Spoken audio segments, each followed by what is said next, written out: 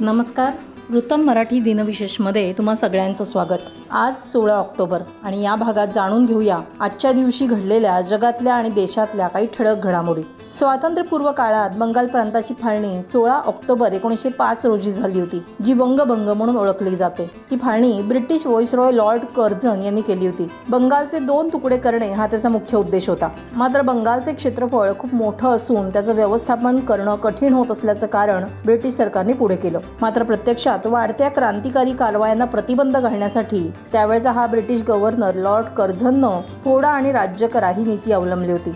या फाळणीला प्रशासकीय कारण दिलं गेलं असलं तरी त्यामागचा हिंदू आणि मुस्लिमांमध्ये फूट पाडून स्वातंत्र्य लढा कमकुवत करण्याचा ब्रिटिशांचा प्रयत्न लपून राहिला नाही.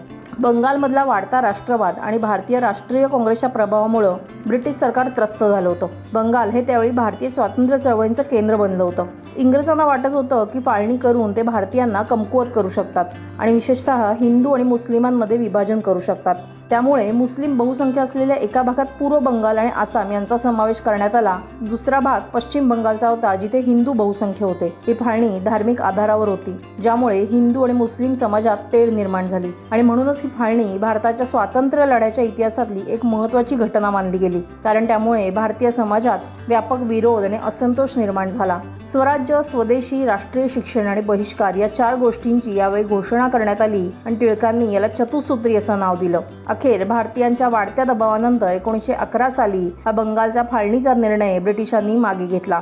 16 ऑक्टोबर 1968 रोजी प्रख्यात भारतीय अमेरिकन शास्त्रज्ञ डॉक्टर हरगोविंद खुराना यांना वैद्यक क्षेत्रातलं नोबेल पारितोषिक प्रदान करण्यात आलं होतं. त्यांना हा पुरस्कार मार्शल डब्ल्यू निरेनबर्ग आणि रॉबर्ट डब्ल्यू होली यांच्यासह संयुक्तपणे मिळाला होता. न्यूक्लिक ऍसिडमधील न्यूक्लिओटाइड्सचा क्रम शोधल्याबद्दल त्यांना हा सन्मान देण्यात आला होता. नोबेल पारितोषिक मिळवणारे ते भारतीय वंशाचे पहिले शास्त्रज्ञ ठरले.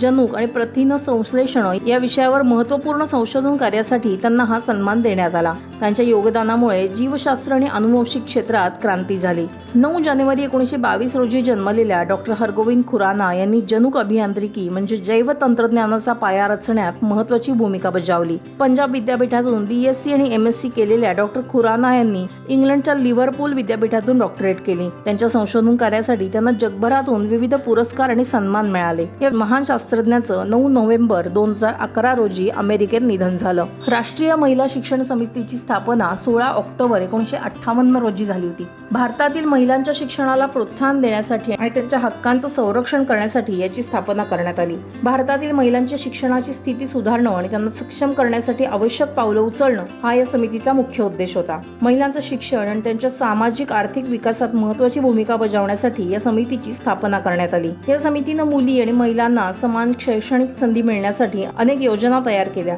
शैक्षणिक क्षेत्रातील लैंगिक असमानता कमी करणं आणि समाजात महिलांना समान अधिकार प्रदान करणं हा त्यामागचा उद्देश होता. या समितीची स्थापना स्त्री शिक्षणाच्या महत्त्वावर जनजागृती करण्यासाठी करण्यात आली होती. या अंतर्गत शासन व समाजाला स्त्री शिक्षणाचं महत्त्व पटवून देण्याचा प्रयत्न करण्यात आला. या समितीच्या शिफारसीनंतर भारतात स्त्री शिक्षणाच्या क्षेत्रात अनेक सुधारणा करण्यात आल्या. महिला साक्षरतेमध्ये प्रमाण वाढलं आणि महिलांसाठी शैक्षणिक संधी वाढल्या. यामुळे महिलांनी शिक्षणाच्या विविध क्षेत्रात आपला ठसा उमटवला आणि समाजात आपली भूमिका मजबूत केली.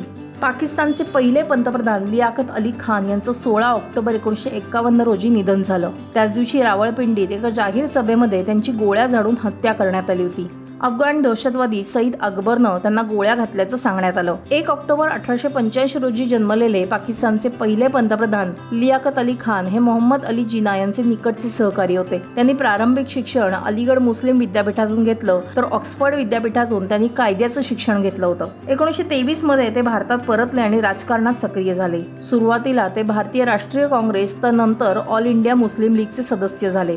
1936 मध्ये ते मुस्लिम लीगचे सरचिटणीस झाले आणि मुस्लिम लीगसाठी त्यांनी अनेक महत्त्वाच्या आणि कायदेशीर राजकीय लढाई लढल्या होत्या. जागतिक अन्न दिन दरवर्षी 16 ऑक्टोबर रोजी साजरा केला जातो. अन्न सुरक्षा, भूक आणि पोषण यांच्याशी संबंधित जागतिक समस्यांबाबत जागरूकता पसरवणं आणि त्यावर उपाय शोधणं या उद्देशाने हा दिवस साजरा केला जातो. 1945 मध्ये संयुक्त राष्ट्राच्या अन्न आणि कृषी संघटनेच्या स्थापनार्थ हा दिवस सुरू करण्यात आला. जागतिक अन्न दिन पहिल्यांदा 1979 मध्ये साजरा करण्यात आला. भूक आणि कुपोषणाचे बळी ठरलेल्यांना मदत करणं हा या दिवसाचा मुख्य उद्देश आहे. जागतिक शाश्वत विकास उद्दिष्ट म्हणजेच SDG मध्ये समाविष्ट केलेले भूक संपवण्याचे उद्दिष्ट साध्य करण्यावर हा दिवस भर देतो. हा दिवस शेतकरी, विशेषतः लहान शेतकरी आणि गरीब देशांसाठी अन्न उत्पादन वाढवणं व भूक दूर करणं तसंच कृषी सुधारणांवर लक्ष केंद्रित करण्याचं काम करतो. हा दिवस उपोषणाशी आणि कुपोषणाशी संबंधित समस्यांबद्दल जागरूकता पसरवण्याचं काम करतो, विशेषतः गरीब देशांमध्ये जिथे लोक अन्न टंचाईला तोंड देत आहेत. 16 ऑक्टोबर 1923 रोजी वॉल्ट डिस्ने आणि त्याचा भाऊ रॉय ऑलिव्हर डिस्ने यांनी कॅलिफोर्नियामध्ये डिस्ने ब्रदर्स कार्टून स्टुडिओची स्थापना केली. हा स्टुडिओ आता वॉल्ट डिस्ने कंपनी म्हणून ओळखला जातो. या स्टुडिओने हळूहळू ॲनिमेशन उद्योगात आपला ठसा उमटवायला सुरुवात केली. 1928 मध्ये वॉल्ट डिस्ने आणि त्याच्या ॲनिमेटर्सनी मिकी माऊस या नवीन पात्राची निर्मिती केली, जी डिस्नेसाठी मैलाचा दगड ठरली.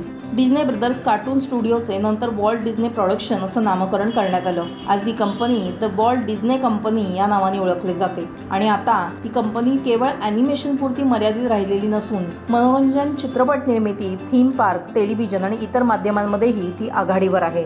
आज कोजागिरी पौर्णिमा. वर्षातील सर्व पौर्णिमा तिथींमध्ये आजची शरद पौर्णिमा ही सगळ्यात महत्त्वाची आणि शुभ मानली जाते. आजच्या शरद पौर्णिमेच्या रात्री देवी लक्ष्मी ही पृथ्वीच्या दर्शनासाठी येते आणि भक्तांना सुखी आणि समृद्ध होण्याचा आशीर्वाद देते असं म्हटलं जातं. तसंच ही लक्ष्मी देवी चंद्रमंडळातून पृथ्वीवर उतरत मध्यरात्री को जागरती अर्थात कोण जागं आहे आणि तिची पूजा करते हे बघते असंही म्हणतात. आजच्या दिवशी चंद्राला खिरीचा किंवा दुधाचा नैवेद्य दाखवला जातो, म्हणूनच आजच्या दिवसाला कोजागिरी पौर्णिमा असंही म्हटलं जातं. तर हे होते आजचे अर्थात 16 ऑक्टोबरचे दिनविशेष. तुम्हाला व्हिडिओ कसा वाटला हे या व्हिडिओ खाली कमेंट करून नक्की सांगा आणि आमच्या YouTube चॅनलला लाईक करा, सबस्क्राईब करा.